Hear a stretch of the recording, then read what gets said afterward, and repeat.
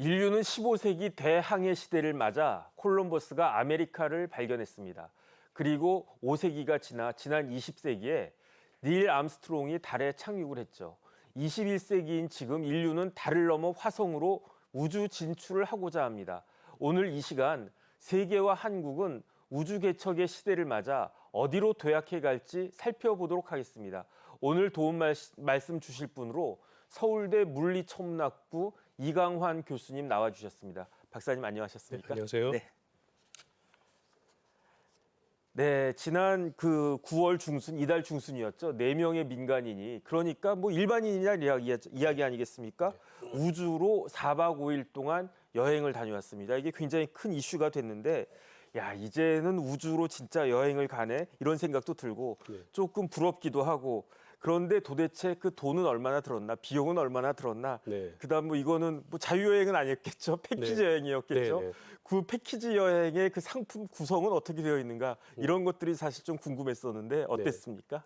네, 이게 4박 5일 풀 패키지거든요. 풀 패키지. 숙식 포함 네네. 다 돼 있어서 천안 올라가서 그 1,400km까지 올라갑니다. 지금 그 1972년에 달의 마지막으로 가고 그 이후로 사람이 가장 지구에서 멀리 올라간 그런 기록을 적었거든요. 네, 그렇게 4명이 간 건데 3일째는 이제 우주선 밖으로 나오는 이제 우주 유영이라고 하는데 유영은 아니고 이제 밖으로 몸만 살짝 내밀고 난간에 서 있는 수준, 이럴 것까지 포함을 해서 비용은 총 2,700억. 2,700만 원도 아니고 2,700억이라고요? 4명 가서 2,700억 원인데 그 중에 한 명이 그 제러드 아이작맨이라고 미국의 IT 산업으로 돈을 많이 번 분이 혼자서 다 냈습니다. 젊은 친구잖아요. 이분이 2년 전에도 사실 우주 관광을 했거든요. 그때 575km까지 올라가는 걸 했는데 이번에는 이제 폴라리스턴이라는 새로운 프로젝트로 그때도 돈을 자기가 다 내고 이번에도 돈을 자기가 다 내고 그렇게 해서 진행을 했습니다. 그러니까 사상 첫 민간 우주 탐험대라고 볼 수도 있겠네요. 이게 폴라리스턴인데 상업용 우주 비행 시대, 특히 우주 여행 산업 대중화를 그 포석에 두고 진행된 프로젝트라고 볼 수 있을 것 같은데 앞으로 우주 관광 산업 규모는 얼마나 될까요? 가늠이 안 되겠던데. 네, 지금 작년 기준으로 대략 1조 4천억 원 정도로 추정을 하고 있거든요.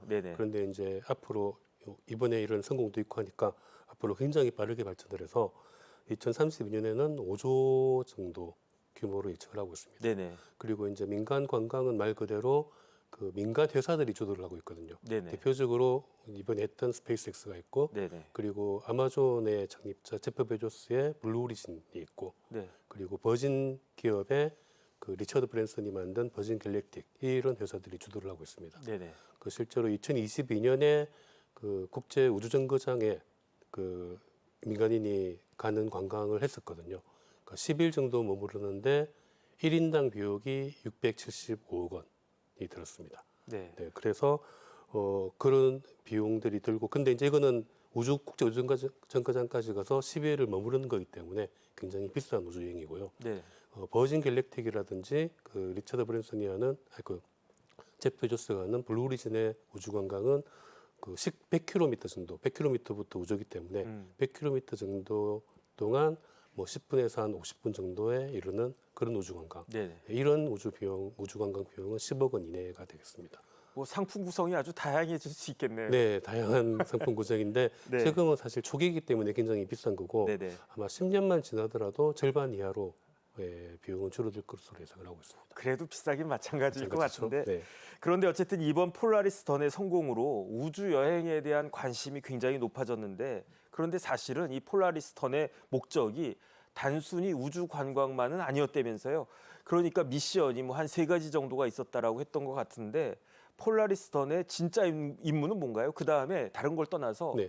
폴라리스는 북극성이란 뜻이잖아요. 네, 네. 그다음에 던은 이제 새벽, 여명 뭐 이런 그런 네, 네. 뜻인데 네. 왜 이름을 또 폴라리스 던이라고 그렇게 붙였나요? 네, 그 폴라리스가 북극성인데 말씀하신 네네. 대로 북극성이 우리가 눈으로 보기에는 별이 하나인데 네. 실제로는 3개의 별로 구성이 되어 아, 있습니다. 3개입니까? 네, 그래서 사실은 이것도 폴라리스 프로젝트도 그래서 임무가 3개로 나누어져 있습니다. 아, 그 중에서 첫 번째 임무가 폴라리스 던이고 네네. 두 번째, 세 번째 임무가 있고요. 네. 이번에 첫 번째 임무는 이제 보셨다시피 우주로 나가는 거고 일단 그리고 1,400km까지 올라간 이유는 거기가 베넬랜드라는 방사선대입니다. 그러니까 그 방사선대에서 그 방사선이 인간의 몸에 얼마나 영향을 미치는지 그런 걸 주로 보는 게 주목적이었고요. 그리고 그 1,400km에 올라가서 그 우주선의 공기를 전부 뺐습니다. 그 이제 우주 유영을 하기 위해서. 네네. 이게 그걸 빼지 않고 바로 나가게 되면은 사람이 갑자기 감압이 되면 몸속에 그 질소가 끓어올라서 목숨이 위험하거든요.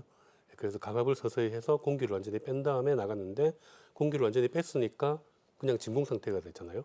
그 우주복을 입어야 됩니다. 네. 그 우주복에 대한 실험도 굉장히 중요한 거였습니다. 아, 그래서 이제 그 첫 번째 임무는 사실상 아주 완벽하게 성공을 했고요. 네.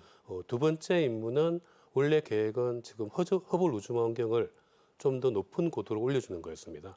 그런데 이제 이게 허블 우주망원경이 나사 거니까 나사가 그건 안 된다라고 거절을 해서 어떤 계획이 될지 모르겠고요. 사실 세 번째 마지막 궁극적인 목표는 네네. 지금 스페이스X에서 개발하고 있는 스타쉽이라는 로켓이 있습니다. 스타쉽이요. 네, 네네. 스타쉽이라는 로켓에 사람을 태우고 우주로 네. 가겠다라는 게 목적인데 네. 지금 그 테스트 중이라서 아직 네. 완벽한 성공을 한 게 아니거든요. 그런데 이제 이 스타쉽에 성공을 하면 이 스타쉽은 한 번에 100명씩 사람이 탈 수 있습니다. 네네. 그렇게 되면 그 획기적인 변화가 일어나는 거죠. 아마 관광 비용이 지금의 일단 절반으로 바로 줄어들 수 있고 네네. 아마 이게 스타쉽이 상용화 되어서 10년이 되면은 뭐 절반 정도가 아니라 10분의 1, 크게는 100분의 1까지도 네네. 줄어들 수 있지 않을까 그렇게 얘기를 하고 있습니다. 네. 그러니까 어쨌든 폴라리스니까 3개란 뜻이고 네네. 그 중에 첫 번째니까 던이란 뜻인데 네네. 다음번에 쏘면 뭐 폴라리스 눈이 될까요? 그건 잘 모르겠네요. 뭐 모닝이 됐지. 모닝이 될 수도 있고 네네. 눈이 될 수도 있고 네. 모닝하니까 왠지 우리나라 자동차가 생각이 나고 그렇습니다.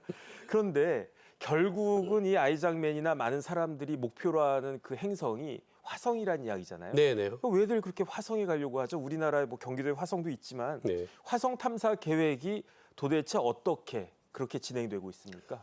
그 화성으로 가게 된 게 일론 머스크의 원래 목적이 화성으로 가는 거였습니다. 그 일론 머스크가 스페이스X를 2002년에 만들었는데 네네. 그때 만든 건 오직 화성으로 가겠다라는 목적이었고 그 이유는 이 사람이 얘기하는 거는 인류는 살아남기 위해서 그 다행성 종족이 되어야 된다. 다행성. 네, 지구에만 있으면 멸종할 수 있고 어. 여러 행성으로 거쳐 있어야지 생존을 오래 할 수 네. 있다라는 주장인데 아. 사실 뭐 그걸 많은 과학자들이 다 동감하는 건 아니고요. 네네. 하지만 그 화성으로 가겠다라는 목적 자체는 굉장히 높이 평가를 하고 있습니다. 네네. 그리고 이제 사실 또 이제 가는 것 자체는 너무나 오래 걸린 일이기 때문에 그 과정에서 여러 가지 기술들을 또 개발을 해야 되잖아요. 기술 개발. 그런 기술들이 또 그 화성을 그러니까 높은 목표를 채우고 연구를 하다 보면은 중간 중간에 필요한 기술들이 많이 나오게 돼 있죠. 네네. 그런 기술들이 또 산업에 적용이 되는 네. 그런 모델도 가지고 있습니다. 그러니까 호랑이 그리려고 하면 최소한 고양이는 그려지는. 맞습니다. 네. 그 다음에 사실은 옛날에 전쟁을 하다 보면 네네. 그 전쟁을 통해서 과학 기술이 급전적으로 발전되는 경우가 네네. 많았잖아요.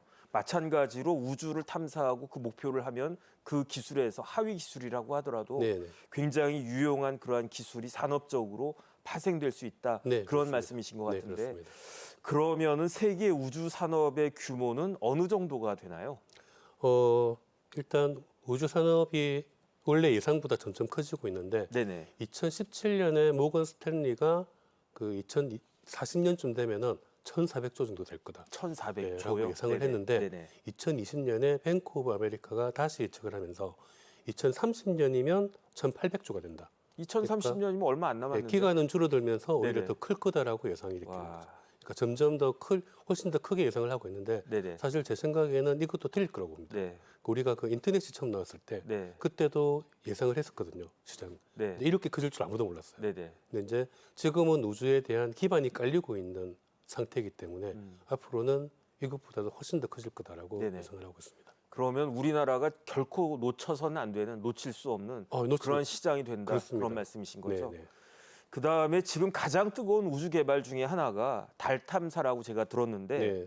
화성 가기 전에 뭐 달 한번 찍고 간다 뭐 이런 이야기일 수도 네. 있는데 그런데 왜 강대국들은 달에 그렇게 혈안이 되어 있습니까? 일단 달에 가야지 징검다리가 됩니다. 징검다리. 달이라는 게 네네. 지구에서 가장 가까운 우주거든요. 우주의 어떤 물체이기 때문에 네. 거기에서부터 뭔가를 시작하기가 좋습니다. 그러니까 화성에 가거나 그 다음에 소행성을 이제 탐사를 하거나 그 소행성에 있는 자원 같은 걸 채취하기 위해서라도 일단 달은 정복을 해야 되고요.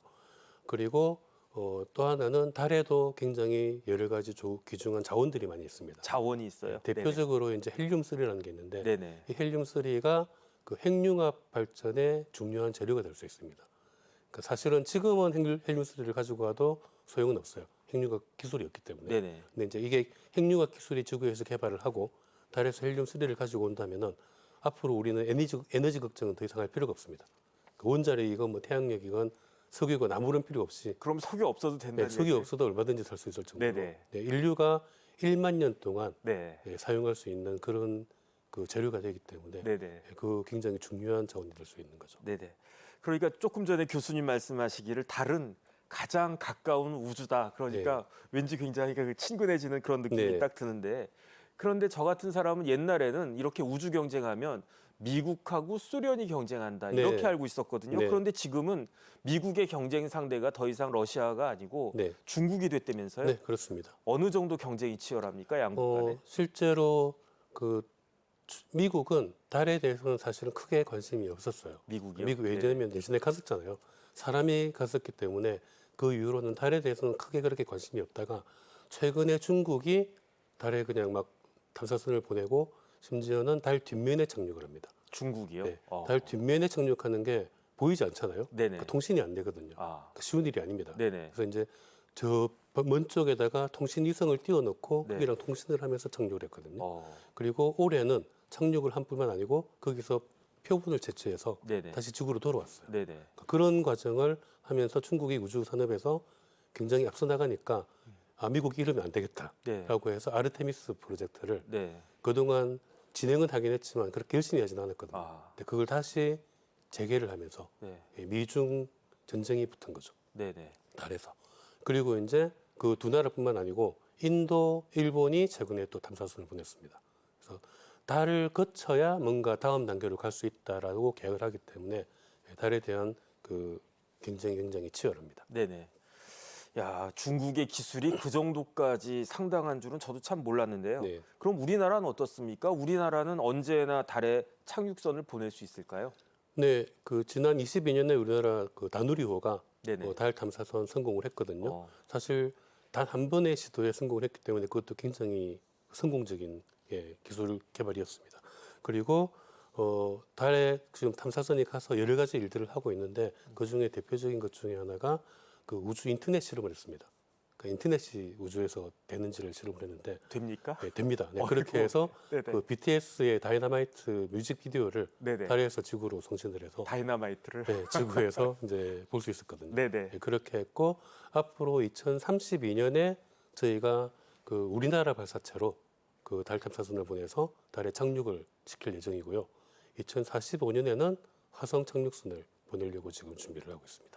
참 비행기에서도 인터넷이 안 되는 때가 많았었는데 네. 이제는 우주에서도 인터넷이 되는 시대가 됐네요. 네, 그런데 이제 우주 개발하려면 우주로 나가야 되니까 네, 네, 쏘아 올려야 되는 거 아니겠습니까? 네, 네. 그렇다라고 하면 쏘아 올리는 거는 결국 발사체인데 네. 우리나라 발사체 기술도 어느 정도 올라가 있습니까?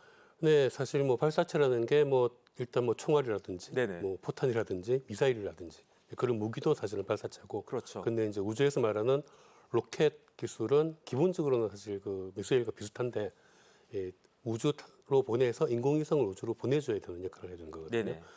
그거에 대해서 우리나라는 그 1993년에 KSR-1이라는 로켓을 개발을 했습니다. 네, 그리고 그 2009년에 아마 기억을 하실 텐데 나로호라는 로켓을 발사를 했고요. 그렇죠. 네네. 그리고 얼마 전에 그 누리호를 누리호. 발사를 했습니다. 네네. 네, 누리호가 그 1톤 이상의 그 인공위성을 우주로 보낼 수 있는 그런 그 발사체거든요. 네. 그건 세계에서 7번째로 우리나라가 일곱 개발한 번째로? 겁니다. 네. 그래서 발사체 기술에서는 그러니까 7번째, 6번째 그 외의 나라는 우리나라보다 앞서 있지 않다는 얘기잖아요. 그러니까 굉장히 앞서 있는 기술이라고 볼 수 있습니다. 뭐 발사체 하면 저는 북한밖에 생각이 안 났는데 네. 우리나라도 발사체 기술이 네. 세계에서 7번째 되는 아주 상당한 기술을 가지고 있다. 네. 그러면 뭐 우리나라도 조만간 뭐 달에 착륙선 보내고 네, 네. 뭐 우리나라도 뭐 유인 우주인 또 보내고 그럴 날이 그렇게 멀지는 않은 것 같다. 네. 그런 생각이 듭니다. 그리고 이제 발사체 개발에서 가장 앞서 있는 곳은 다 아시다시피 스페이스X거든요. 네네. 그 스페이스X가 그 발사체를 이제 큰 대규모를 발사할 뿐만 아니고 그 발사체를 다시 착륙을 시켜서 네네. 재사용을 합니다. 재사용을요. 네, 그게 이제 획기적인 기술이에요. 아, 그러니까 그것 때문에 뉴스페이스 시대가 됐다고 보시면 돼요. 네네. 그러니까 뉴스페이스라는 게 우주로 가는 비용이 싸지니까 네네. 그렇게 되면은 인공위성을 만드는 비용도 싸지고 네네. 인공위성을 올리는 비용도 싸지고 네네. 그러니까 그 민간 기업들이 우주에서 뭔가를 해볼 수가 있거든요. 아, 예, 그러면은 이제 돈이 되니까 네네. 그래서 민간 기업들이 우주에 참여를 하게 되는 거죠. 네네. 그때부터 뉴스페이스가 시작이 된 겁니다. 뭐 심지어 재활용까지 된다 그 말씀이시네요. 재활용 기술이 사실은 그 뉴스페이스 시대를 위한 핵심 기술이라고 보시면 되겠습니다. 네네. 아유, 대단합니다. 네. 그런데 우리나라 하면 또 빨리빨리 가지 않습니까? 네. 인터넷도 우리나라가 조금 뒤졌지만 세계에서 제일 앞선 나라가 네, 됐고 마찬가지로 이제 위성도 대한민국이 앞서 나가는 선도 국가가 될 수 있을 것 같은 예감이 제가 전문가는 아니지만 네. 그런 느낌이 확 드는데 네. 앞으로 우주 산업 경쟁에 있어서 우리나라 대한민국의 미래 어떻게 전문가로서 전망하고 계신지 말씀 부탁드리겠습니다. 네, 일단 그 우주 산업이라고 하면은 가장 크게는 우주로 보내는 발사체가 있고요. 네네. 그리고 우주로 나가서 활동을 해야 되는 그 인공위성이 있고, 그리고 인공위성을 활용하는 산업들이 있습니다. 근데 이제 우리나라가 발사체는 세계에서 7번째로 개발을 하긴 했지만 그 스페이스X가 워낙 앞서 있기 때문에 그 부분을 따라잡기는 굉장히 어렵습니다. 하지만 개발을 계속 하긴 해야 됩니다. 그러니까 우리나라가 필수 반드시 우주로 보내야 되는 위성이 있는데 우리나라 발사체가 없으면은 네네. 문제가 되기 때문에 네. 발사체는 당연히 해야 되고 네. 대신에 이제 인공위성 기술은 꽤 우리나라가 높은 수준을 가지고 있습니다. 아, 그 천리안이라는 그 정지궤도 기상위성을 우리나라가 자체 개발을 했고요. 그리고 그 이제 군집 위성을 지금 발사를 하고 있는데 올해 첫 번째 위성을 발사를 했고 11개 작은 소형 위성들로 이루어진 군집 위성을 지금 구축할 계획이 있습니다. 네네. 그리고 이제 사실 우주 산업에서 더 중요한 게 이렇게 위성을 만들어서 쏘아 올리는 것도 중요하지만 그런 위성들을 가지고 어떤 사업을 할 거냐가 더 중요하거든요. 그 예를 들어 보시면은 그 인터넷이 중요한데 사실은 인터넷을 깔거나 뭐 장비를 만드는 회사들보다 네네. 그 인터넷을 활용하는 회사들, 네. 그러니까 이제 우리나라로 하면 뭐 쿠팡이라든지 네. 뭐 그 여러 가지 네이버라든지 네네. 그리고 미국에서는 아마존이라든지 네. 그런 회사들은 인터넷을 깐 회사들이 아니고 네. 활용하는 회사들이거든요. 네. 그 우주도 마찬가지로 로켓을 쏘거나 인공위성을 만들거나 하는 회사들도 물론 중요하지만 그런 인공위성을 가지고 어떤 일들을 할 것인가 그런 면이 더 중요하다고 보는데 우리나라가 그런 면은 굉장히 잘하고 있습니다. 네네. 그 인터넷도 회사들이 잘하잖아요. 그 마찬가지로 우주 산업도 그런 면에서 굉장히 전망이 밝다라고 생각을 합니다. 결국은 우주 산업도 컨텐츠다 이렇게 볼 수 그렇습니다. 있겠습니다. 네, 그렇습니다. 우주 산업 규모는 이미 2020년에 세계 반도체 시장 규모를 추월했다는 분석이 나올 정도로 그 규모와 파급력이 큰 산업입니다. 우리 모두 국민적 관심을 가지고 지켜봐야 될 것 같습니다. 지금까지 서울대 물리천문학부 이강환 교수님과 함께했습니다. 교수님 감사합니다. 감사합니다.